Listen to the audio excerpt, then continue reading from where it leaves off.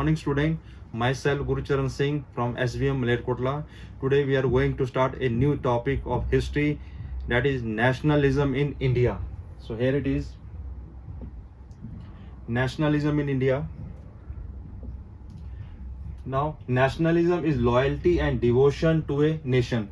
So the word nationalism is a very extreme one which shows how deeply we love our nation and how deeply we are connected with our feelings towards our nation. In this chapter we will pick up the story from the 1920s and study the non-cooperation movement. Now here one quotation is there of our great nations, father of great nation Mahatma Gandhi ji. Between the two, the nationalists and the imperialists, there is no meeting ground. So these the two words, nationalist and imperialist, they are the such a word, both are against each other. एक मरने को तैयार है, दूसरा मारने को तैयार है. Now the First World War. The First World War played an important role in shaping India's freedom struggle and developing new modes of struggle in the following way. So the First World War has a great impact. How it impacted the Indian freedom movement, we will see point by point. First, increase in defense expenditure due to the war led to increase in taxes, custom duties, prices and introductions of war loan. So we are knowing that whenever war is there, we need some equipment, we need some money. So that is the impact also we are seeing during that time. During the war, prices increased dramatically, almost double, which led to extreme hardship. So whenever the world war is there, war is going on, the prices is going in very high level. So it impacted the peoples. Poverty and forced recruitment in the army made people hostile to the British rule. During 1819 and 2021, food shortage due to the failures of crops and famine and epidemic that took a heavy toll of life. So simultaneously when prices are going on, during the same time the nature also was not favorable. There is a shortage of the food crops as well as the epidemic is going on, which is also a great problematic for the peoples. Resentment among the peoples of India against the foreign rules. Now here we can see one glimpse is there, pictures, the India and the First World War 1914 and 18s and the crop failures of farmer. So simultaneously two things is going on, war is going on plus the failures of the crops. So how the peoples had adjusted all this extreme position.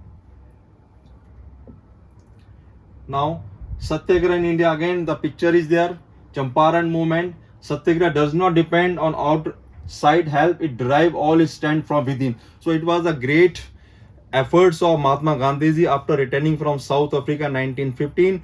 Gandhiji has started his experiment here in 3 laboratories that we will see in the coming point. Now Satyagraha.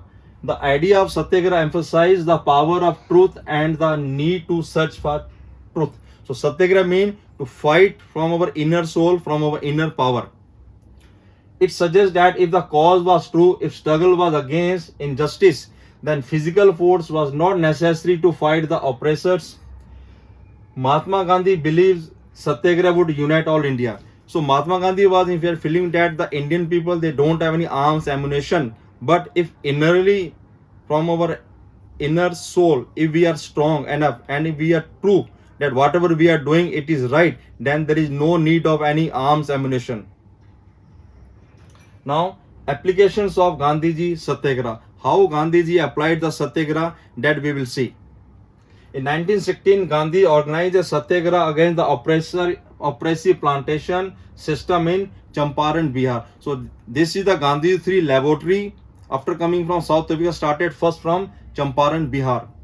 1917, Gandhiji led a Satyagraha in Kheda district of Gujarat, demanding relaxations of the revenue tax owing to the poverty experienced by the farmer because of the outbreaks of the plague and crop failure. So here also people was in trouble due to the outbreaks of the plague as well as the crop failures.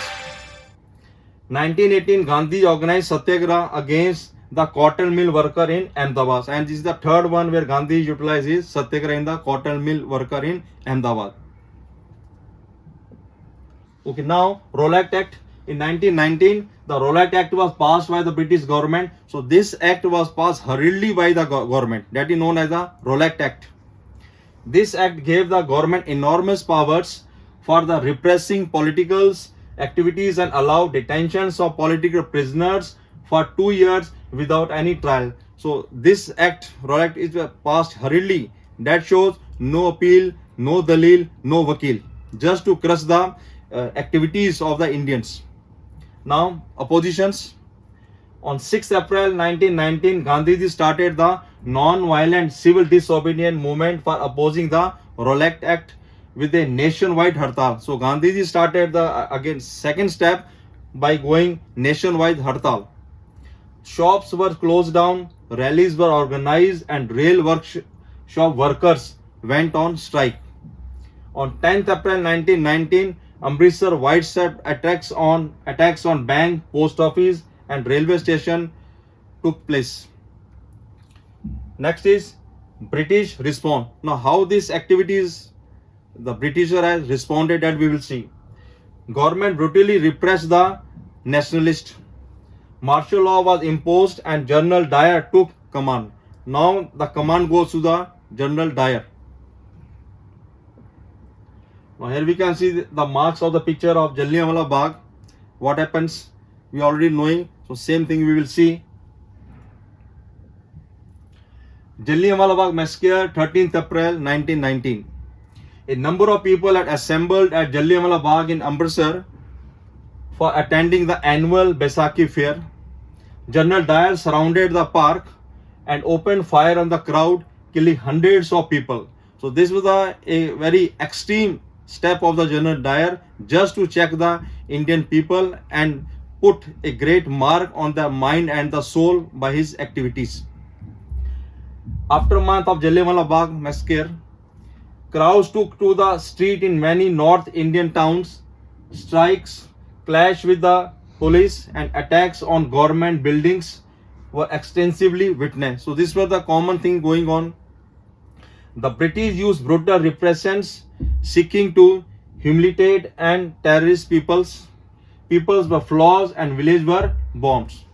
Thank you, students. So next part will be in the next video. Thank you.